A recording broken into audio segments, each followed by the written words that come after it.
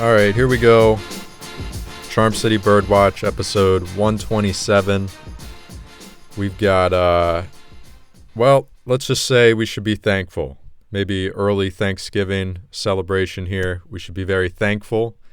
After watching this Ravens game at the half, I was not looking forward to recording a podcast. I didn't want to do it.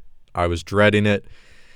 And thankfully, the second half was the exact opposite of the first half, and the Ravens end up winning. They moved to 6-2 on the season, and all of a sudden my Sunday is much better. Everything's great, and now I couldn't wait to record a podcast this week. So it's funny how things change, but that difference between the first half and the second half, which I'm going to waste no time getting into, that's kind of the theme of this week's episode. I don't know how else you could describe or discuss this game without talking about that blatant, just the mirror opposite that the first half and the second half were for the Ravens offense. And let's get right into it. The ugly start, because we're coming off of a week where Lamar Jackson is the center of attention for all the wrong reasons. Everyone's critiquing his play, talking about how he's regressed from his MVP season last year, how he can't win big games. I think we've discussed that plenty of times on this podcast. Even if you go back to earlier this year when they lost to the Chiefs, we discussed that whole big games narrative. I obviously don't side with that. I think it's complete BS. He has won plenty of big games. He's also lost his fair share. He's 500, basically. There's no clear indication that he's terrible in big games, in my opinion. But at the same time, I'm not going to sit here and tell you that he's a quarterback that seems to rise to the occasion every time and is going to give you his best performance in the big game. He's just kind of okay. You don't know what you're going to get. But not to dwell on that, the game starts. Defense is holding up. They get the stop to start the game, hand the ball over to Lamar, and it's starting to look like the Steelers game. Maybe not with the turnovers. He's not throwing the ball in terrible spots. He's not putting the ball on the ground, but there's no rhythm. The offensive line isn't doing anything right. They're not creating any rushing lanes. They're not protecting Lamar, and they're not even doing the basics. I mean, Matt Skura is not even snapping the ball properly. He ends up having a cut on his hand, but still, I mean, it's just a complete breakdown on the offensive line, and that's something that I think I've said plenty of times this year, and I've got my hands on my face, and I'm saying, oh my God, this is going to be a long day. Maybe the defense will hold up and keep it close, but this is looking ugly, and you get, 55 total yards in the first half? You're only down 10-7 thanks to a defensive touchdown, and it's not looking good at the half. And I was dreading this. I thought we were going to be in for another week of Lamar can't win big games, can't do this, can't do that. This offense is in serious trouble. You know, the Ronnie Stanley injury is going to loom large. What's Greg Roman? What's the deal with him? Something happened at halftime, and a switch was flipped, whatever it was, and they come out in the second half, and it's just the exact opposite. Lamar's getting the ball out quick, delivering precision passes. The run game starts to get rolling. There's a good balance of run and pass, but overall, the thing for me that stood out, the pace. They were running a hurry up. They weren't, sort of a no huddle or just a really quick huddle. It was flowing so well. Lamar was clearly in control, and I don't know what happened at halftime, what was said, who said it, but thank God it happened. Yeah, I mean, that was kind of the story of the game is the tale of the two halves. Yeah, it looked bleak there for a while, and I didn't know that the 55 yardage total was what they got in the first half, and that's certainly not what this offense was looking for, especially seeing how they dominated on the ground last week. And aside from a few mistakes from Lamar, really had that game in the bag. I mean, I give this team a lot of credit for what they were able to do. Yes, I know that the first half wasn't pretty. I know it was very ugly, and things looked bleak at halftime. There was a big Gus Edwards fumble, of course, but to come back in the manner in which they did, Lamar, after really a game and a half's worth coming out of the bye week, 6 rough quarters of football, to seemingly put that behind him and get those 2 touchdown drives in the second half. I mean, it was huge. And you talked about the COVID situation and everything the Ravens had to go through during the week to get ready for this game, and not knowing how many of their defenders they weren't going to have. And now you throw in the LJ Fort finger injury, and you're down a linebacker that was in your COVID protocol, but you thought you might get him back because of he was just considered a close contact, but then you come to find out he's got a finger injury. And then on top of all of that, literally the first defensive series of the game, they lose Calais Campbell, who it appears that his calf injury is going to not a season ender, but that's going to be a couple of weeks. And you think, I'm not expecting him to be back anytime before. I think the Dallas game is really the first game I expect him to be back. I think it's going to be tough for him to be back over the next 2 games.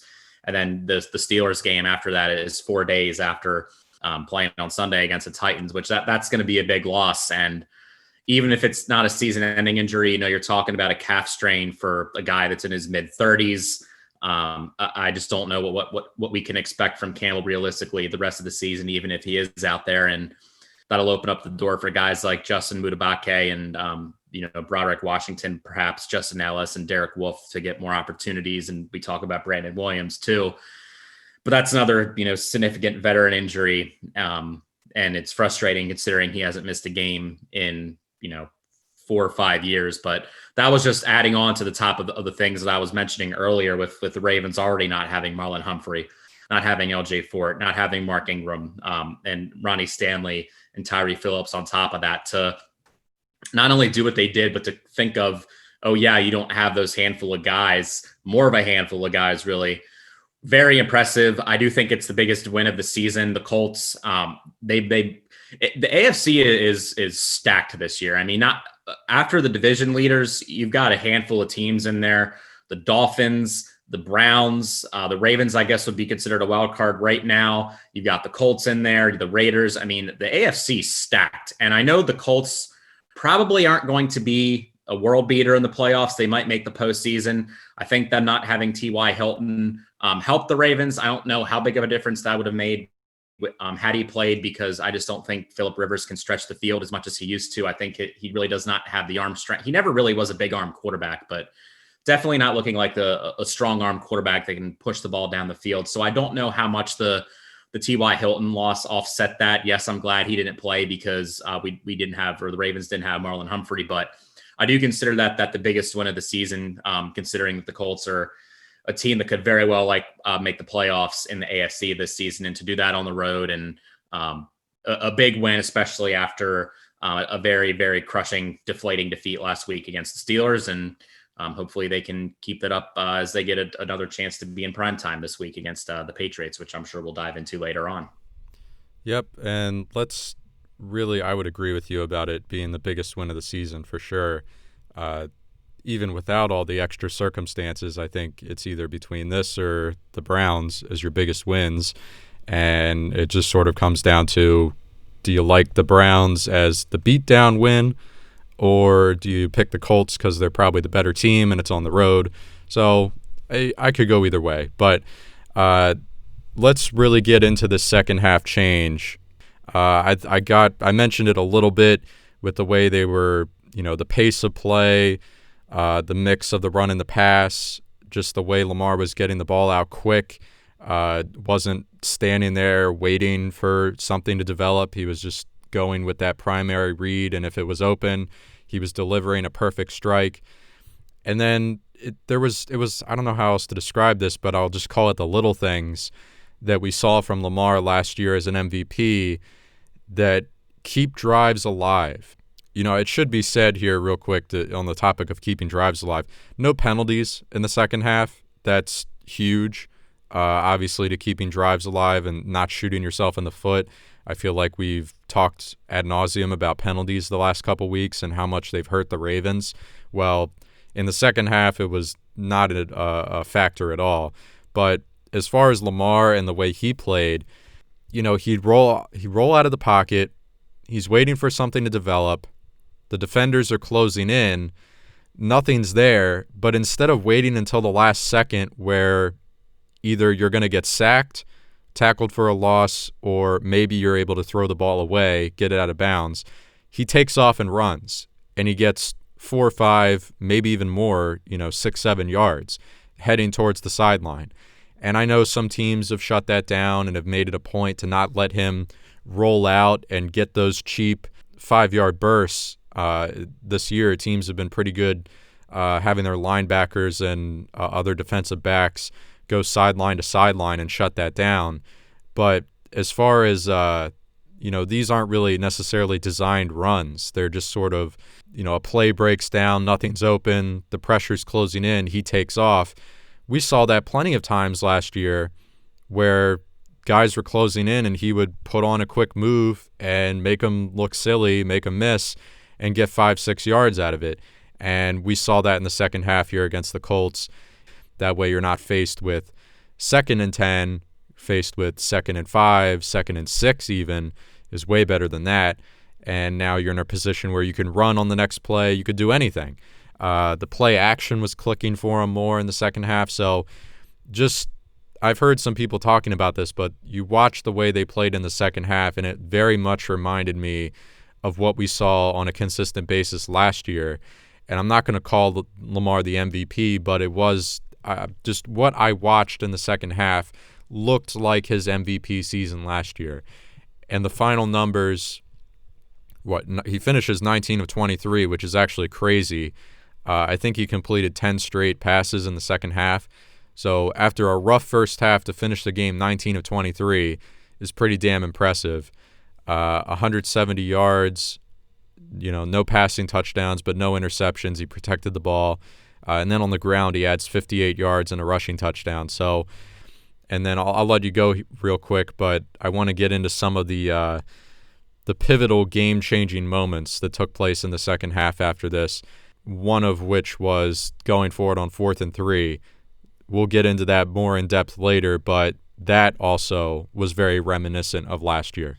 Yeah, and I mean, you look at the numbers, 19 of 23, 170 passing yards, which in today's NFL, if we're talking about, quarterbacks and comparing that across the league, that's a very low number, not taking a shot at Lamar Jackson at all, but when you talk about in the first half, the such a low yardage total, that's not a shocking outcome for Lamar there, especially when you look at what they were doing in the second half and running the football and everything.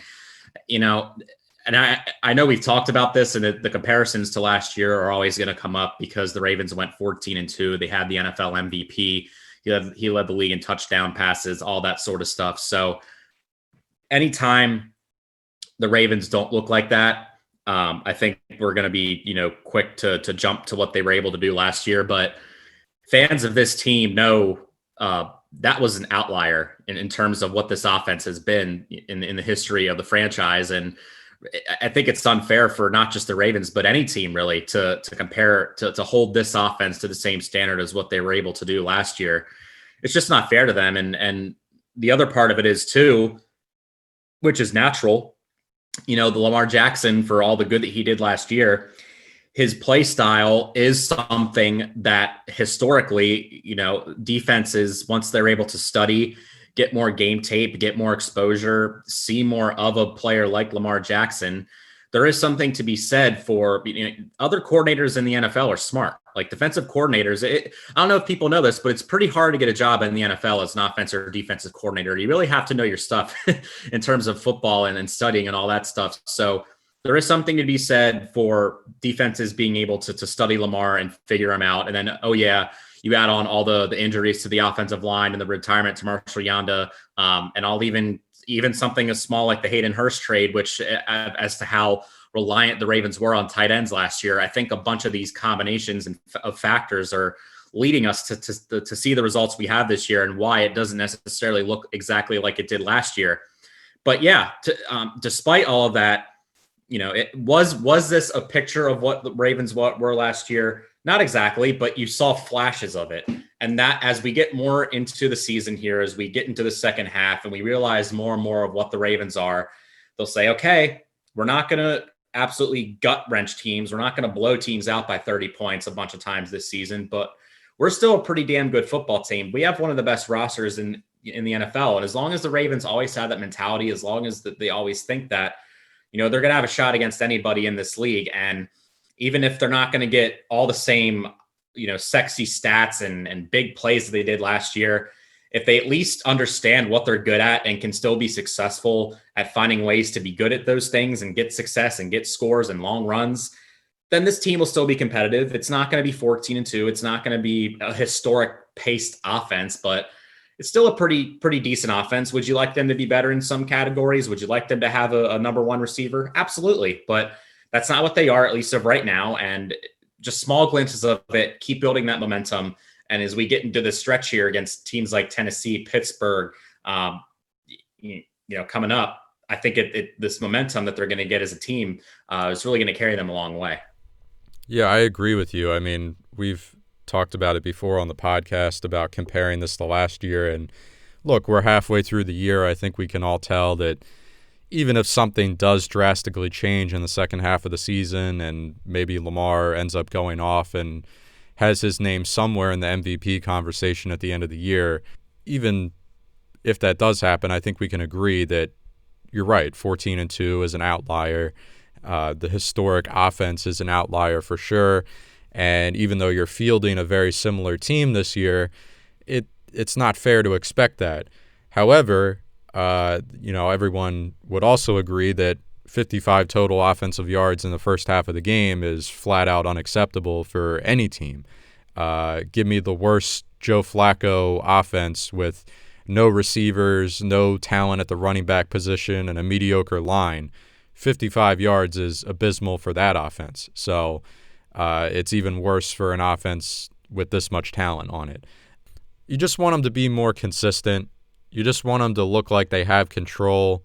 They're not going 3 and out. You're looking for that sort of stuff. And we saw that, not turning the ball over a ridiculous amount of times. It's weird. Like, you can pinpoint certain games this year, like the second half of the Eagles game, they just couldn't run the ball at all to run out the clock.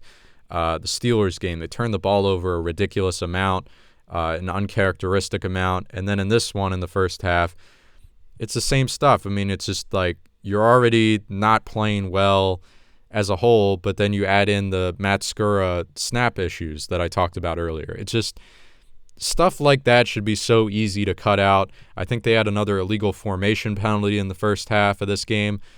God, how many games in a row is that now? Three games in a row with an illegal formation? Ridiculous. Enough. I'm done with it. Get rid of it. It's easy stuff like that you should be able to avoid to help yourself. And that's what's frustrating for people. And I think the second half was definitely a step in the right direction for that. And we'll go and jump to the two really pivotal moments in the second half for me. And we'll start with the offensive one, and then we'll go to the defensive one as we talk about the way the defense played. But the Ravens went for it on a crucial 4th and 3, right around midfield, just inside Colts territory. It's at the end of the third quarter. The Ravens are up just 14-10 at the time. The defense is looking very dominant, but again, just a 4-point lead. Tough decision here. Do you go for it? Do you not? Last year it would have been a no-brainer. You go for it every time with the way the offense was rolling. And the offense was certainly looking better here in the second half, so I can see why they did go for it. But I can't lie. I was very worried. I was very concerned because I was having flashbacks to last week. I was having flashbacks to the first half, and I'm just concerned. Are they going to draw up a good play here? Is the offensive line going to hold up? Is everyone going to execute? And they end up getting a great play a read option. Lamar does a great job selling it. Even after he hands the ball off to J.K. Dobbins, he takes two really drastic big steps towards the offensive line to make it look like he has the ball, maybe get those linebackers to bite on him. The offensive line was great. The blocks were perfect. And then obviously no one held or did anything stupid to bring the play back. And J.K. Dobbins, great job finding the direct route to get the first down. That was a huge play, and they end up taking that ball all the way down and getting a touchdown out of it. I believe that was the Lamar's touchdown. Stuff like that, it was very encouraging to see. You're on the road.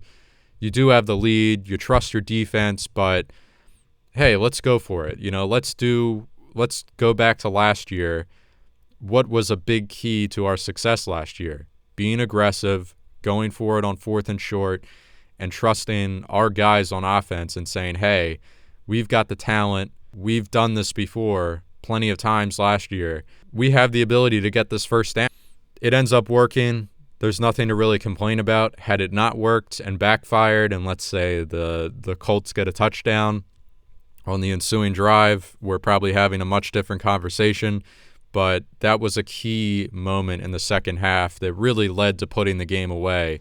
I think it's just kind of what I'm looking for here. Like, at this point, we're 10 weeks into the season, 9, I should say. So by this point, I have a pretty good idea, and I'm sure you do too, of what this Ravens offense is, what this Ravens team is. So I think the lesson to be learned here is, okay, even if we're not this record-breaking, world-beating offense like we were last season in 2019, if we're called upon to get a huge 4th down conversion, if we're on the goal line in a crucial situation and we absolutely have to score, same can be said for a 2-point conversion. Can the Ravens offense still win the battle at the line of scrimmage and pick up that big yardage total that they need to get the first down, the score, the 2-point conversion, whatever that is? And in this instance, they prove that they can still be called upon to do that, which is obviously going to bode well and have a positive impact. And obviously it improved off or paid off in a big way in this particular instance. But yeah, you just want to see them step up to the plate when it counts, despite the fact that they're not going to, constantly just gash teams. There is something to be said for, coming up in the clutch and coming up in big time moments. And this was a good example of the Ravens offense still being able to do that. And the key now is to keep doing it. And I think they're probably going to need to do it coming up. Maybe not necessarily this coming weekend. I mean, we'll have to wait and see, but against teams like Tennessee and Pittsburgh, I think we're going to see a lot more of this stuff, particularly if the Ravens are, entering that Thanksgiving game, still 2 games behind the Steelers for first place. Perhaps that they'll try to be aggressive and they'll, the chances of them facing some sort of 4th down conversion, I mean, I think the chances of that happening are pretty good. All right, so probably the biggest turning point in the game, definitely way bigger of a factor than this 4th down decision to go for it, was the Marcus Peters interception. And this is audio format, so just for the listeners, I'm doing air quotes when I say interception, because you have, let's set the table here. You open the second half, the offense is rolling, they storm all the way down the field, they look great, give the ball to Gus Edwards inside the 5, he coughs it up. First play that the Colts have there, Phillip Rivers drops back, takes a shot down the sideline towards Marcus Peters. It's drastically underthrown. Peters gets good positioning, goes up for it. The ball's in his hands. I leap out of my seat. I'm cheering. We got the ball right back, and I see the ball hit the ground. And oh, my God, how did you drop that? And then, of course, in typical Marcus Peters fashion, we love him, obviously. We love the personality, but he gets up off the turf and starts, flailing his arms and celebrating like he's some world beater. And I'm screaming at the TV, how could you drop that? That was the easiest interception. You're a ball hawk corner. How could you drop that? That was a gift. And he's, stomping his feet and flailing his arms and celebrating. But maybe he knew because he felt like he actually had an interception there. We see the slow-mo replay, and look, everyone who watched the game, everyone listening right now, it knows what I'm talking about. The ball is in his hands. He's got two hands on it. He's taken steps backwards. You see it 1, 2, 3. 3 clear steps. The ball's still there. And then he hits the ground and the ball comes out. The guy, whoever the receiver was, gets a hand in there, knocks it out. And I'm thinking, oh my God, that was a gift. That was an easy interception and you dropped it. Harbaugh throws the challenge flag. And now I'm still upset because Peters dropped it, in my opinion, and what could have been an easy interception. I'm still upset.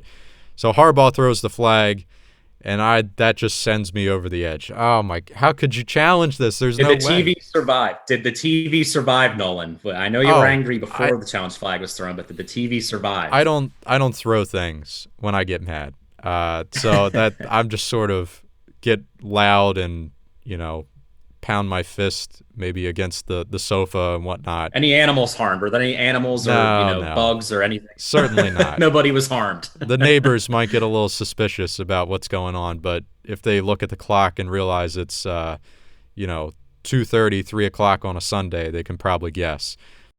Yeah, they should know. They should assume that. Yeah, I think our one neighbor's a Ravens fan too, so he's probably yelling and screaming just like me. But you go on Twitter and everyone on social media was riled up too. Obviously probably same thing as me, that Peters not only dropped what should have been an easy interception, but Harbaugh throws the challenge flag here. How could you do that? You're wasting a timeout, wasting a challenge. Well, little did we know, we come back from the commercial break. You're stewing there, watching the commercials for a minute and a half or whatever, and they come back and the ref turns on his mic and says, the ruling on the field has been overturned. He had possession, took 3 steps, blah, blah, blah. The ball came out, and then the Ravens defender picked it up. And I'm just shaking my head. What just happened? What's going on? Is this a dream? I'm rubbing my eyes. Do I need to wake up? Smacked myself a couple times, but no. That was reality, and it was ruled an interception, a fumble, and then recovered by the Ravens. So I don't even know what to say. Some credit goes to Harbaugh for, being the final decision there to throw the flag. But I think we all know that decision truly came from the booth above. Someone in the Ravens booth, whoever it is, that was watching that play and saw the replay, credit to them for, getting in Harbaugh's ear and saying, hey, you should challenge this. Obviously, credit to Harbaugh for, he said that he saw it on the video board in the stadium, and that's why he threw it. But I can guarantee that someone in the booth above certainly had a hand in that as well. And then credit to, I don't know who did it, maybe Chuck Clark, I think they said, but whoever had the presence of mind to pick up that ball, whether it was, they thought it was a fumble or not, or they were just picking it up to hand it to the ref, credit to them, because that ends up, saving the play as well.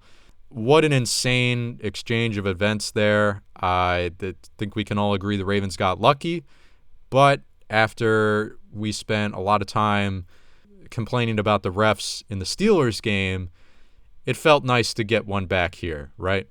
Yeah, absolutely. I pretty much had the same reaction that you did as far as the interception goes. I did not think that it was an interception, but I think like more so the rule has to do. I mean, as we talk about the rule now and how we interpret it, it doesn't necessarily matter if it looks like the defender like has the ball in his hands or if he catches the ball.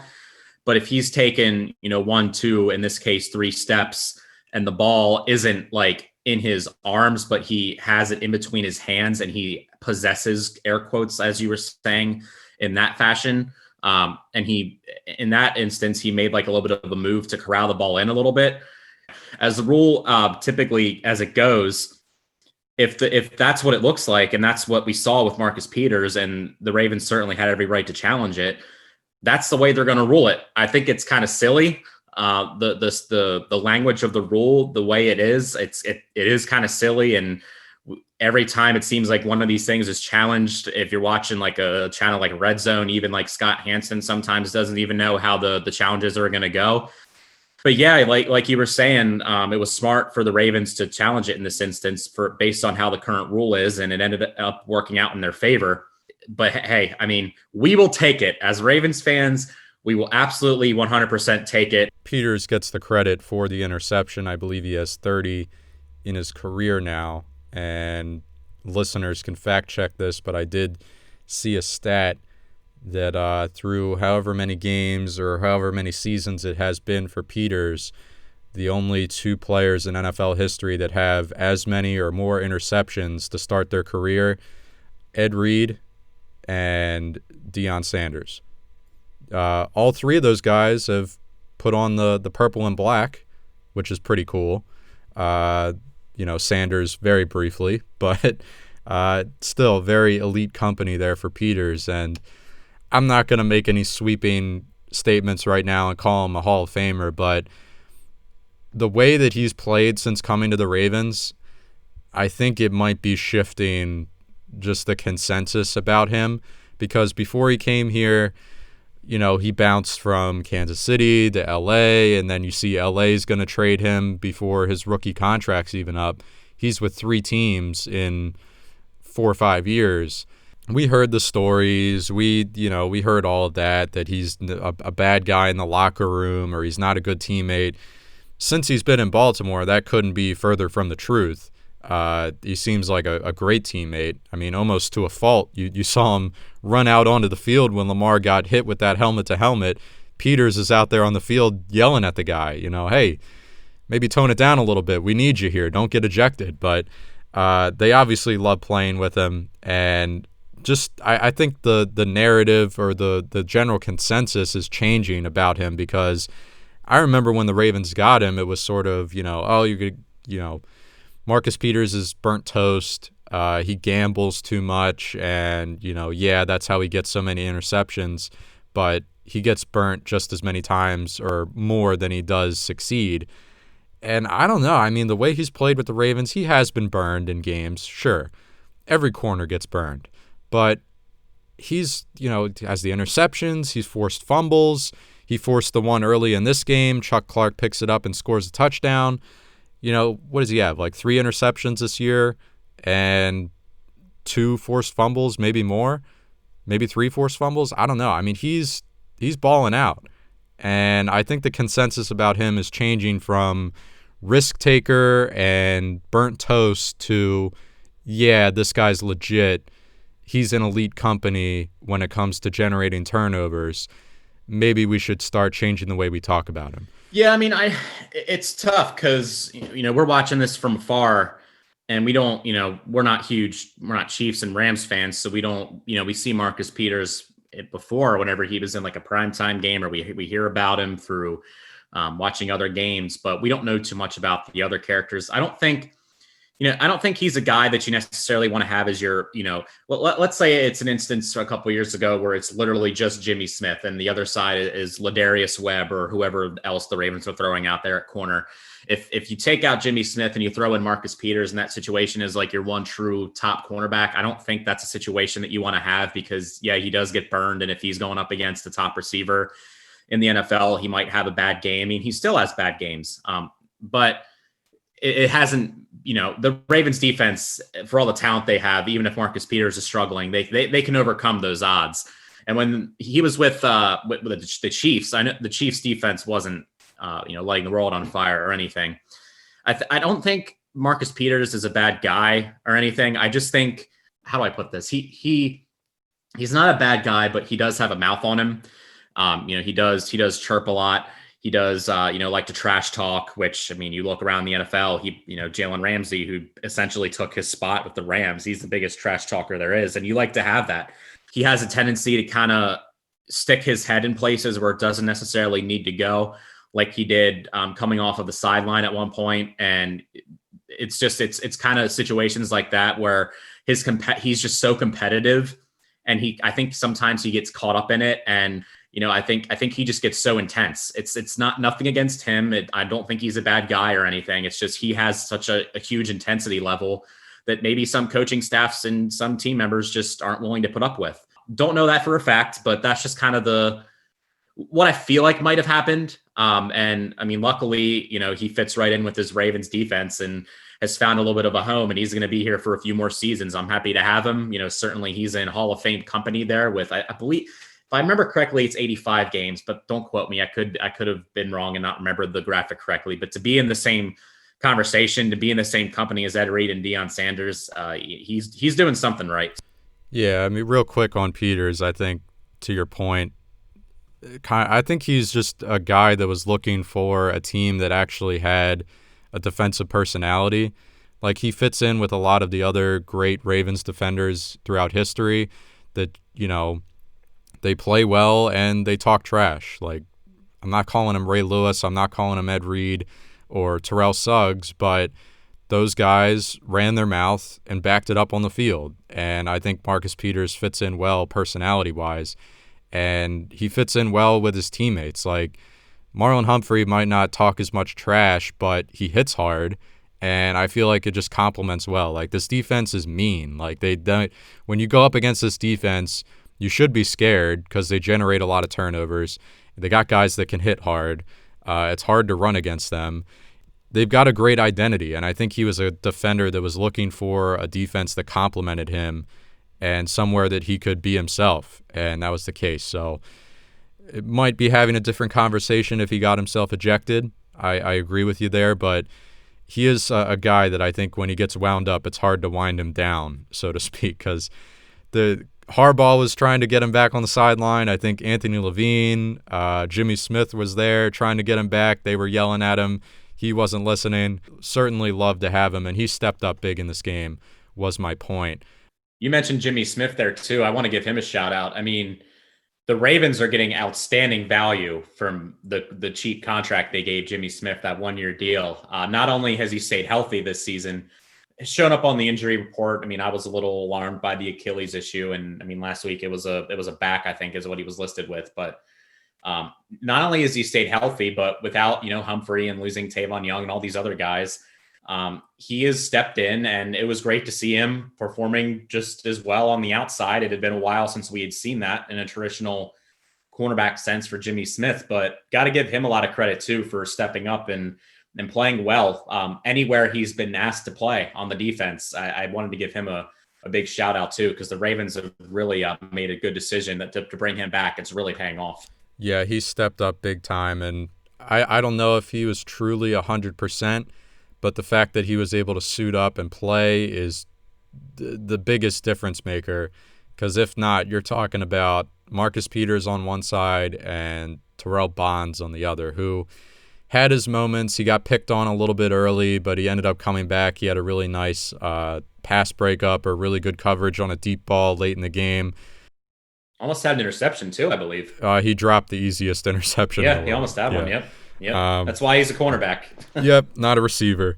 But he played okay. He had a really bad series in that Pittsburgh game, which was why I was so down on him going into this game. And he played okay, given the circumstances. He's a guy that shouldn't be out there as much as he was, but because of the injuries, he's thrown into the fire. I thought he held up decently well. No terrible penalties from what I can remember, so that's a huge plus. He's not Frank Walker, we can say that. He's not a pass interference machine. Look, if you didn't have Jimmy in this game, it could have gotten really ugly, because if we're talking about the way the defense played, they got that, the Marcus Peters forced fumble, Chuck Clark scoops it up, and not only do they get the turnover, but Chuck Clark, immediately, he gets his guys in front of him to get a couple blocks. Great moment with Phillip Rivers getting knocked down by a ghost or whatever the heck that was that knocked him down. And then Chuck Clark could have ran anywhere else, but decided to jump over and basically stunt on Phillip Rivers there. So much open field. You could have went anywhere else. No one in the vicinity, but you decide to leapfrog over Phillip Rivers. I don't hate it.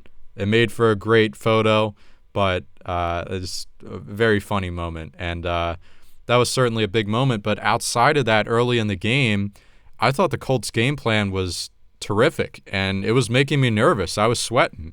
Phillip Rivers, he wasn't taking any shots downfield. He doesn't have the best arm anymore, but he was getting the ball out quick. The way they were running the ball, after Calais Campbell went down, they were able to run the ball a little bit better than, I think Ravens fans would have liked. Ran the ball to the outside pretty well. They threw some screen passes. They had that one jet sweep where the guy was coming around lightning fast. So I thought they were going to play just that really annoying dink and dunk, fast, quick strike offense that, as talented as this Ravens defense is, that's the kind of offense that can beat you because it's too quick to get your pass rush going. The ball's coming out faster than any defender can get there. So you either got to knock the ball down at the line, you got to have your linebackers flying sideline to sideline to shut down the run. It could have been disastrous in my opinion, but something, I don't know if it was just their offensive coordinator or what, after that forced fumble, the mood kind of changed. But certainly in the second half, they just weren't able to do anything. And I definitely think it's a bigger testament to the Ravens defense. You have to give Wink Martindale all the credit in the world here. That was tremendous game plan to go into this not having Marlon Humphrey. You were handcuffed the entire week. You knew you weren't going to have Humphrey, but all these other guys, 7 other guys, had a big question mark over their head. We hope they can play, but even if they do play, they haven't practiced all week. The way they came out and played on Sunday, it was amazing. So all the credit in the world goes to Wink. A ton of credit goes to Chuck Clark as the on-field communicator, the guy with the green dot in his helmet. A huge performance by him. We already said Marcus Peters stepped up, but this was just a great defensive performance when they were limited. No Humphrey, no Calais Campbell, no LJ Fort, so you got your young linebackers out there, and I think it speaks to the depth of this defense. I think it speaks to the man in charge, Wink Martindale. I was very impressed with the defense. That might be, you had some games earlier this year where they were, flat out shutting out opponents. What did they held Cleveland to 6 points?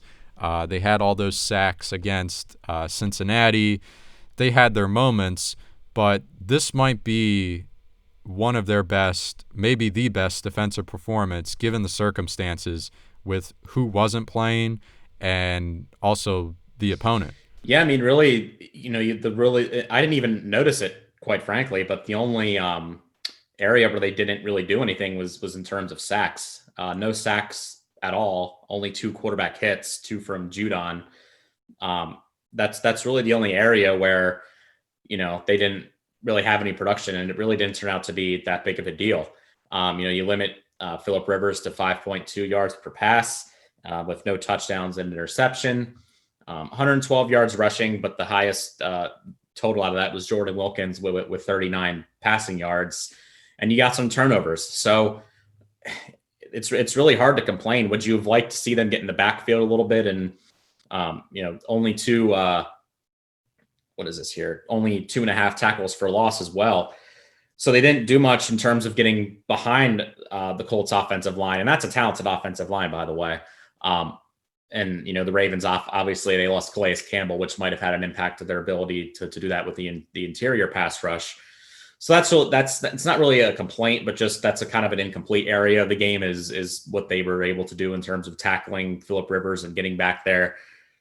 But it didn't prove to be a detriment or anything. Obviously, they dominated the second half and limited them to no points scored at all. So hats off to Wink Martindale and the Ravens defense. I agree with everything that you just said, and we even heard Harbaugh say after the game that was one of the best games that Wink has called since taking over as DC 3 years ago. So, and hopefully getting Humphrey back only adds to the performances of this defense going forward. And certainly we'll see what happens come Sunday night. Right, and you mentioned the pass rush. They didn't get home. They didn't bring Rivers down at all. Judon had that very timely quarterback hit where I think he even knocked the ball out or tipped the pass as it was coming out of Rivers' hands on the 4th down attempt. That was a huge play. But to me, you look at just I don't know. I've said it before with the pass rush. It's more about timeliness than it is about getting 7 sacks a game. You'll take 7 sacks a game, but it's just not going to happen in the NFL. It's more about when you get pressure in the quarterback's face and force errant throws on key downs. And maybe they didn't have their best game as a pass rush. Maybe they didn't get in the backfield as much as you would like. You're absolutely correct. That is a great offensive line that the Colts have. But they found a way to get off the field. They found a way to shut the Colts down. I have the stat here. It's not really a deep, in-depth stat, but the Colts were 4 of 14 combined on 3rd and 4th down. 2 of 4 on 4th down, and 2 of 12 on 3rd down. That is insane. Got them off the field in key downs. Even though the pass rush was not dominant, you found a way to get off the field, and that's all that matters. To clean up on this Calais Campbell injury, sounds like it's not super serious according to Harbaugh. He'll be back at some point, just don't know when. It's going to be a couple weeks.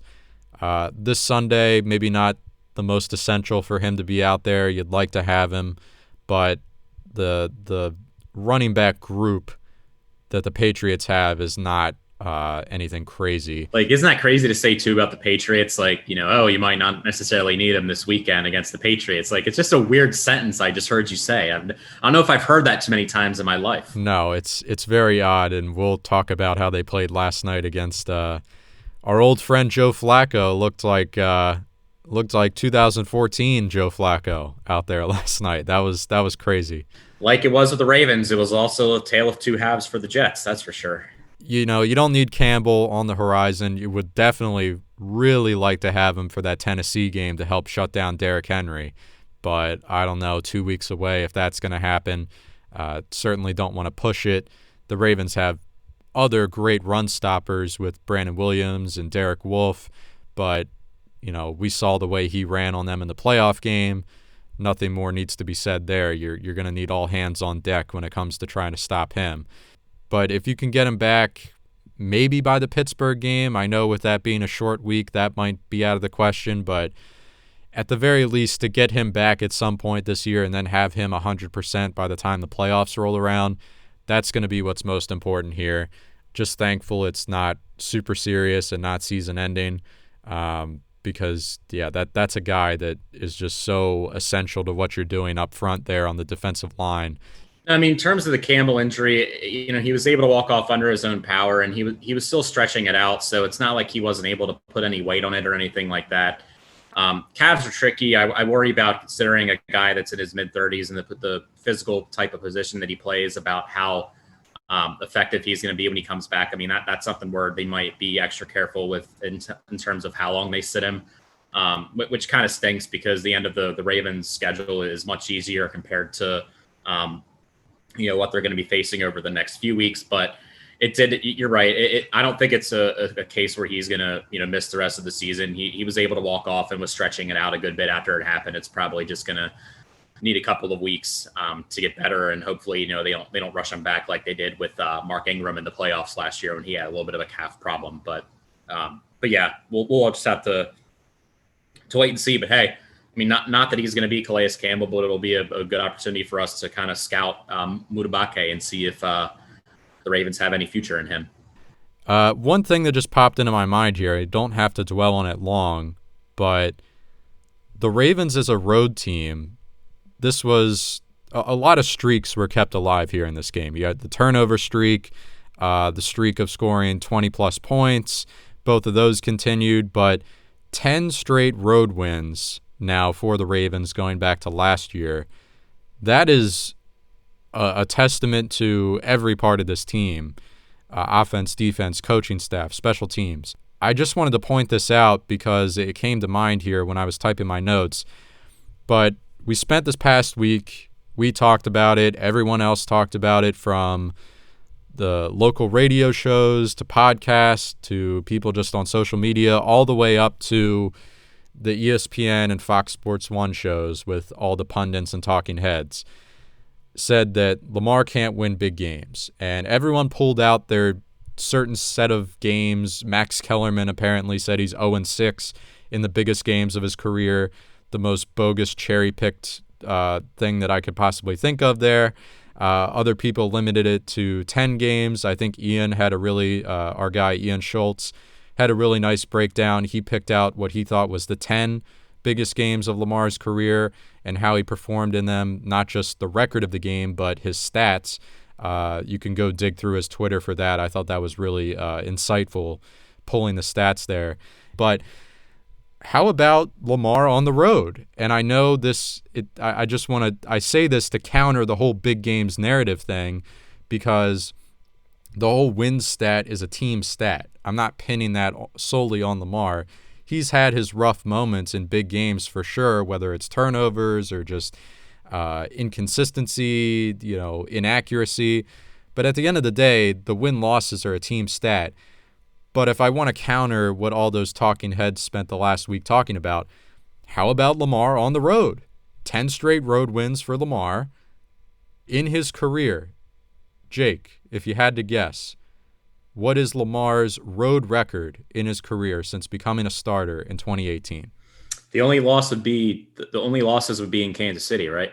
So it's got to be somewhere like 14-2, somewhere around there, 15-2. Very close. 13-2 in his career away from M&T Bank Stadium. And you could go back and look at all those road games. Some were certainly easier than others, but that is still a testament to him. It's a testament to the entire team. These guys look like road warriors right now with 10 straight wins. And I did want to point that out because, look, I'm sick of hearing about the big games thing, but no one wants to bring up the fact that Lamar is 13-2 on the road. That is an insane stat for any quarterback. And, of course, if you brought that up to, Max Kellerman or Stephen A. Smith or Skip Bayless, they would probably say, oh, wins are a team stat. But if they start talking about big games, that's only on Lamar. It's not a team stat. So one last thing here. Dez Bryant. Kind of interesting that this is the last thing we're going to talk about, but Dez Bryant was active this week, lost in all the commotion that was this game. He was active. We got the snap counts yesterday. He was out there on 2 plays, did not get targeted for a pass. I don't know, this not really surprising to me in terms of snaps, but the fact that he was active was very surprising to me. I would have thought that at the very least that we were a couple weeks away from seeing him come up. I thought there was no real need for him to come up. I think I said at the time that he was signed to the practice squad that the only way he was going to get called up or was going to be active on game day was going to be because of an injury or a positive COVID test. Neither of those happened, and he made his way up to the team. So a testament to him for sure. 3 years out of the league to not only get signed to a team is an accomplishment, but then to be active on game day is an even bigger accomplishment. So do want to give him credit. I know he was, over the moon in terms of emotions on Sunday. But the fact that he was active so soon, makes you wonder how much of a factor he could be in the weeks moving forward. Whereas I thought at the earliest he would be active in December. And then you're wondering, from there, how much of an impact can he make by the end of the season? Right now he's active in early November. In the coming weeks, does this snowball? Does he get more reps? Does he get targets? How is he utilized? Is he utilized in the red zone? A lot of questions right now, but at the very least, I can just say that I was surprised that he was active on Sunday. Yeah, I definitely wasn't expecting him to be active as quickly as he was, and it wasn't just him. I mean, I know another receiver who hadn't played in a while, Antonio Brown. He played a much bigger snap count on Sunday night than what Dez did, but Brown was only targeted 3 times, I believe, and he even. It was clear that he's still getting the playbook down, just like I'm sure Dez is. And maybe the Buccaneers got a little too overzealous with him because when they put him out there, he made a mistake. And one of Brady's interceptions was a direct result of some miscommunication between him and AB. So probably smart for the Ravens to not get him on the field for 15 or plus snaps right away, because he's definitely still learning the playbook down. I mean, we saw how much trouble the Bucks had getting AB involved. I mean, it's going to be tough these first few weeks with Dez not having played any football in 3 years. That's just reality.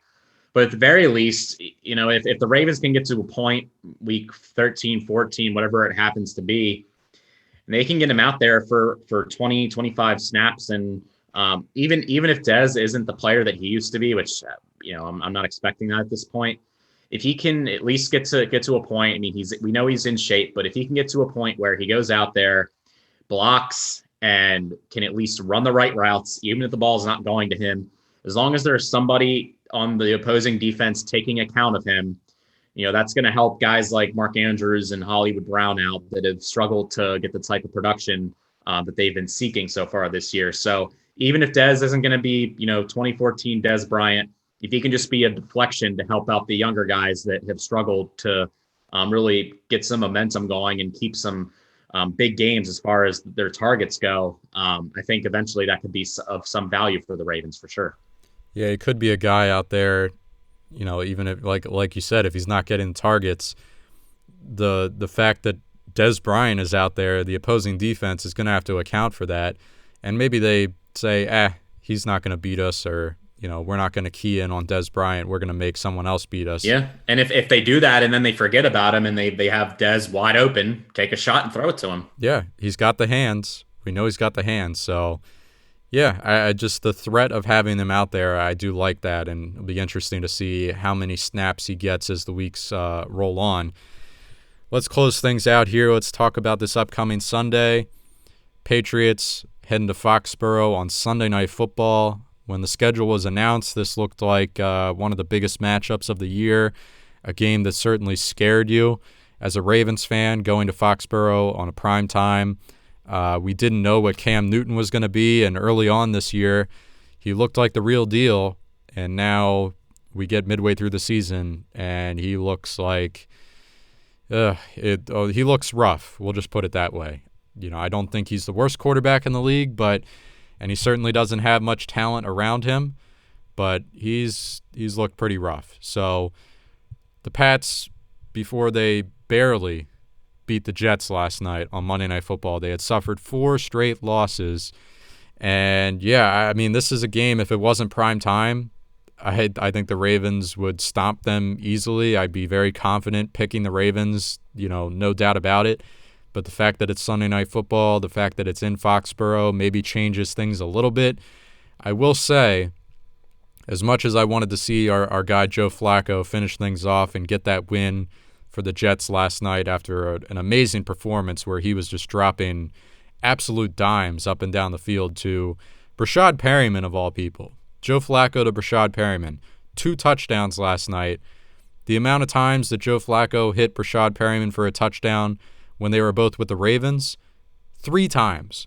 And he did it twice last night in one game. Just ridiculous. So if they rolled into this Sunday Night Football at home, hosting the Ravens with 5 straight losses, I would have been nervous. No way Bill Belichick loses 6 in a row, right? It was sort of that, we had that conversation about the Steelers. Did you want them coming in undefeated, or did you want them coming in off a loss where they could be potentially angry? That's the case with this. Do you really want to face the Patriots and Bill Belichick on a 5-game losing streak? The odds probably aren't in your favor from that standpoint, but we can all agree that the talent gap is immense. The Ravens are a much better team in every facet of the game, offense, defense, special teams. They're way more talented. They're way better in every way. The only place that the Patriots have an advantage is probably coaching. That's it. So We'll see what happens. I'm picking the Ravens this Sunday. I'm going to say 28-14. Even if, Lamar and this offense has some rough patches again, maybe hopefully not to the point that we saw in the first half of this Colts game. But even if they have their miscues and they aren't clicking on all cylinders, this Ravens defense, you're going to get Marlon Humphrey back. There's no way this Patriots offense is going to score on this Ravens defense. There's just no way. Yeah, I agree. I think it was good that the Patriots won last night because you really wouldn't want them coming into this game after just having beaten the losing to the Jets, being that angry with Belichick. That would have scared me a little bit. The Jets safety, he had a huge hit. Rookie safety Ashton Davis. He drilled Cam Newton last night in that Monday night game, and apparently Cam's coming out today on Boston radio saying he has a sore neck from that hit, and he just absolutely got drilled. And that goes into it a little bit too. The Patriots are on one more day of a shorter week than what the Ravens are, which I think is another thing that helps the Ravens as well. But I'm with you. I think it's going to be a pretty lopsided game. We've seen a lot of bad primetime games this year in terms of blowouts go, and I think this could be another one. I'm going to say 27-10 Ravens, fairly easy win here. I just hope the Ravens come out and play well. I mean, obviously the first time they were in primetime TV against the Chiefs, it was not very competitive, even though the final score was kind of misleading. So I just hope the Ravens come out and have a good showing on national TV. I think the only Sunday night broadcast for the Ravens this year with Michaels and Collinsworth, because I believe the Thanksgiving game is a Thursday game. So on the road, we've seen the Ravens in prime time and go up to Gillette Stadium before and get a win. Won't have the pressure of a crowd. I saw earlier today that the Gillette Stadium is not having fans in for the remainder of the 2020 season, so they're not going to have to worry about any fans yelling at them at all. So I'll take the Ravens in a big primetime win. 27-10, could even see them reaching into the 30s as well. But I think, looking at the schedule over the next couple of weeks, this is definitely the one game the Ravens hands down should win, and I think they'll do that on Sunday and advance to 7-2. Yeah, keep an eye on Cam Newton. That'll be a big storyline this week. If he doesn't end up playing, you just feel bad for NBC and the Sunday Night Football crew, because how else are they going to sell this game? Cam Newton versus Lamar, that's pretty much how you're going to build this one and try to get people to watch. If Cam Newton doesn't play, pretty rough. That's episode 127.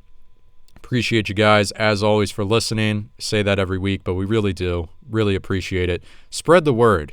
We're in the Ravens season right now. We got episodes coming out every single week. You can count on it. Early in the week, recapping every single game as they come, previewing the next one. And if you like the show, if you're an avid listener, tell a friend about it. Tell a coworker, tell a family member, somebody. Spread the word. Grassroots growth. That's what we're looking for. We're on every platform. So if they ask where they can listen, tell them anywhere. Anywhere you listen to a podcast, you can find the Charm City Birdwatch podcast.